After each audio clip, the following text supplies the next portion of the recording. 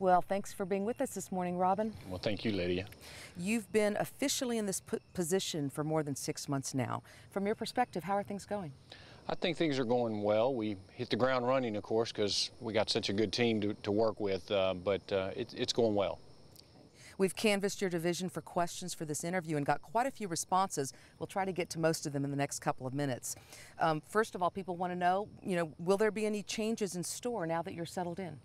I don't think there's going to be any real significant changes, but people probably have already noticed some of the things we're kind of working on, which is things that are going well out there, but we're kind of reviewing some of our procedures and policies. One of the examples is our manuscript status list and how we get people involved in new manuscripts and projects.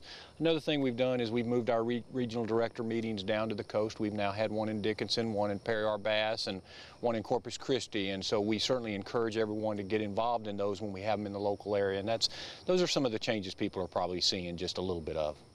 Well, we're doing this interview on September 15th, and of course the beginning of a new fiscal year. What are your priorities for this fiscal year? Well, our priorities obviously are figuring out biz and working with all of our teams to make sure we get that kind of put away the best we can and understand that new system. Other than that, we've got a lot of things going on, whether it's habitat restoration activities, protection of seagrass, whether we look at spotted sea trout coming into the next year. We got quite a few issues on our plate right now. Are there any legislative priorities of interest to the division to come up in the next session? The one thing we may hear some about in the legislature would be some oyster restoration issues that we're talking with industry about. In fact, have a meeting with them tomorrow morning. So that could be one of the things we hear about. Obviously, some of these conflict issues that we're dealing with and having discussions about between paddlers and airboat people, between paddlers and other boaters, we may also have some discussion over there about that. What do you feel are the top priorities for the division for this decade? This is a big question, and also next decade.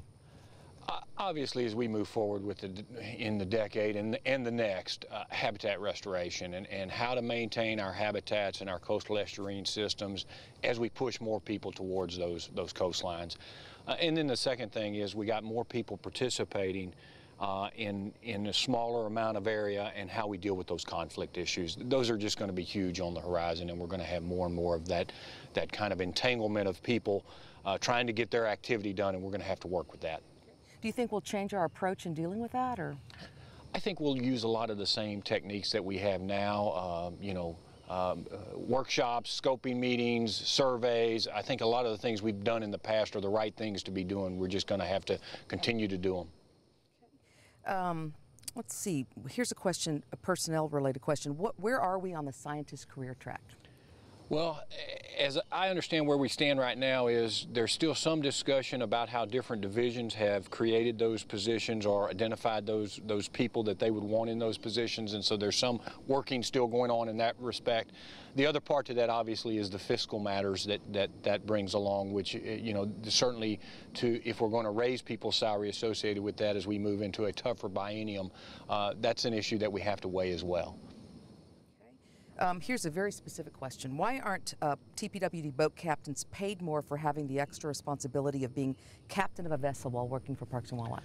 Well, we used to have a boat captain classification, and at some point in time it was reviewed, and basically because a lot of our technicians do many jobs, it was put into that classification of technician where we do many jobs, different jobs.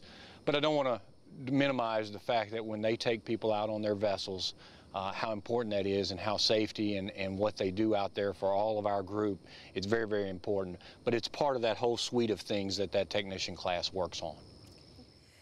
When are you going to fill the position that you vacated? Good question. One, obviously, people have been asking. As you know, we just turned in our legislative appropriations request last week or 2 weeks ago. We were waiting to see how that might impact our positions and the number of positions that we have. As it turns out, we believe that's going to be minimal impact to the division, so we're probably going to get moving on that pretty quickly. I know that you're very involved in the Gulf Fisheries Management Council and many other organizations. You spend a lot of time traveling and attending these meetings. Do you think that you will begin to take a smaller role in these, or do you think this is a really good use of your time? Well, I think it's an important use of our time. We have a lot of good models here in Texas, and we bring a lot to the table at those meetings as far as how we do our business, whether it's data collection or whether it's the programs we put in place or the management strategies we've taken. So I think it's important that we continue to be involved there.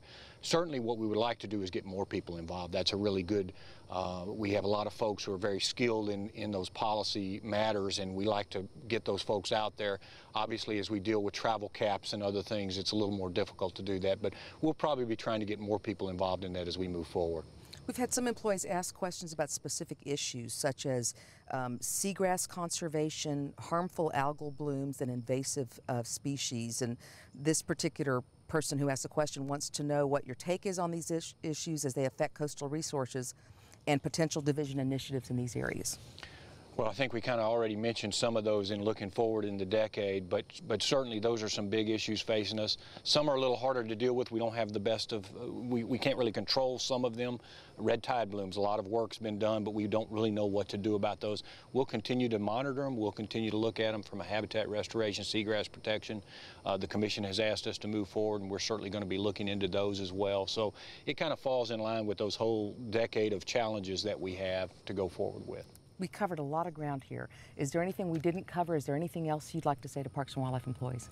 Well, I just, to our employees, you know, thank you. Thank you for everything you do every day. You know, we've got such a great team, and we just need to keep moving forward. Thanks a lot. Thank you.